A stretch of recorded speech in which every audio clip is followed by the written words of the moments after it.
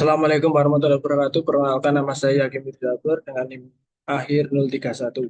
Di sini saya akan menganalisis regrensi linear sederhana.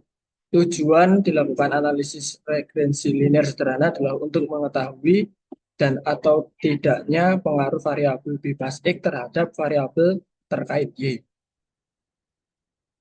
Yang pertama, ini adalah datanya. Kemudian kita ke variabel view. Kemudian diganti nama menjadi X dan bawahnya Y, kemudian desimalnya kita ganti ke 0, kemudian labelnya kita ganti promosi dan penjualan. Oke, untuk selanjutnya yaitu kita ke analisis, kemudian ke regression, kemudian ke linear.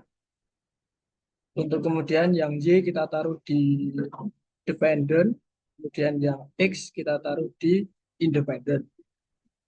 Oke, selanjutnya pencet saja OK.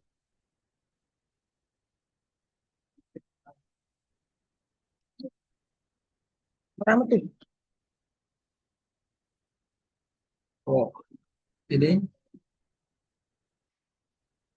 Nah, di sini terdapat eh, yang pertama yaitu variabel extern atau removed, kemudian ANOVA, kemudian convincent. Nah, itu dari penelitian tersebut yaitu menyimpulkan bahwa jika nilai SGL kurang dari 0,5 maka terdapat pengaruh variabel X terhadap variabel Y. Kemudian jika nilai T hitung lebih besar dari T table maka pendapatan pengaruh variabel X terhadap variabel Y. Oke, sekian dari saya. Kurang lebihnya mohon maaf. Wassalamualaikum warahmatullahi wabarakatuh. Perkenalkan nama saya Yakin Mirjabur dengan mahir 031. Di sini saya ingin memberi konsep dasar uji korelasi kendal. Uji korelasi kendal digunakan untuk mengetahui hubungan antara dua variabel berskala ordinal atau dapat juga salah satunya data berskala ordinal, sementara data yang lainnya berskala nominal maupun rasio. Untuk datanya seperti ini.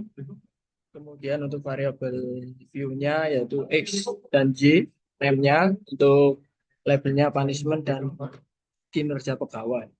Untuk analisnya kita ke korelat, kemudian ke sini. Nah, ini kita pindah ke sebelah kanan semua. Kemudian kita tetap di person, kemudian jelasnya kita di one Thailand. Dan kita pencet OK. Nah, terdapat seperti ini.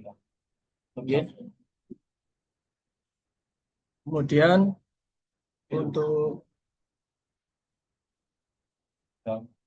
hasil uji korelasi ini dapat kita simpulkan bahwa terdapat hubungan yang signifikan antara variabel X dan juga variabel Y, di mana tingkat hubungan antara variabel X terhadap variabel Y berada pada tingkat hubungan yang kuat, sehingga dapat diinterpretasikan bahwa semakin tinggi punishment yang diberikan kepada pegawai, maka kinerja pegawai juga akan semakin meningkat. Dengan demikian, maka hubungan antara variabel X dan Y itu positif. Mungkin itu yang dapat saya sampaikan terkait dengan uji korelasi. Jika ada kurang lebihnya, mohon maaf. Wassalamualaikum warahmatullahi wabarakatuh. Ya, Assalamualaikum warahmatullahi wabarakatuh. Perkenalkan nama saya Zaki Jabor dengan NIM akhir 031. Di sini saya akan mencari tahu apakah hasil belajar MTK pada siswa E terdapat perbedaan antara pretest dan posttest. Di sini menggunakan data dari satu kelas dengan data 22 siswa dari data pretest dan data posttest. Kemudian untuk selanjutnya kita ke variabel view. Untuk name kita tulis pre dan dan post. Kemudian yang kedua kita tulis pre-test dan post-test. Selanjutnya untuk analisis kita ke comparement.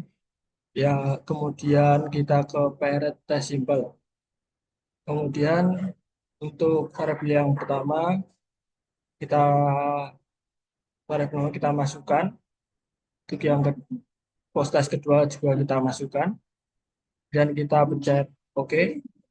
dan muncul seperti ini untuk Pirate Simple Statistic, kemudian Pirate Simple Correlation, kemudian Pirate Simple Test, kemudian Pirate Simple Effect Size. Di sini untuk mengetahui apakah ada perbedaan antara hasil belajar siswa dari pretest dan post-test. Yang di sini adanya nilai rata-rata N jumlah sampel output 1. Kemudian bagian kedua output ini adalah hasil korelasi antara kedua data atau variabel yaitu pretest dan post-test. Di sini nilai signifikan sebesar 0,295. Artinya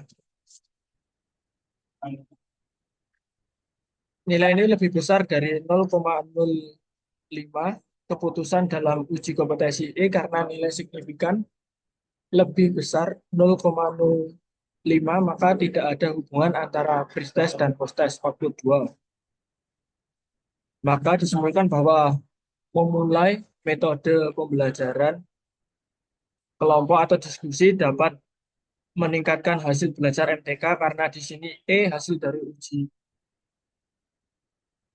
pretest sampel T tes menunjukkan adanya perbedaan yang nyata untuk hasil belajar siswa.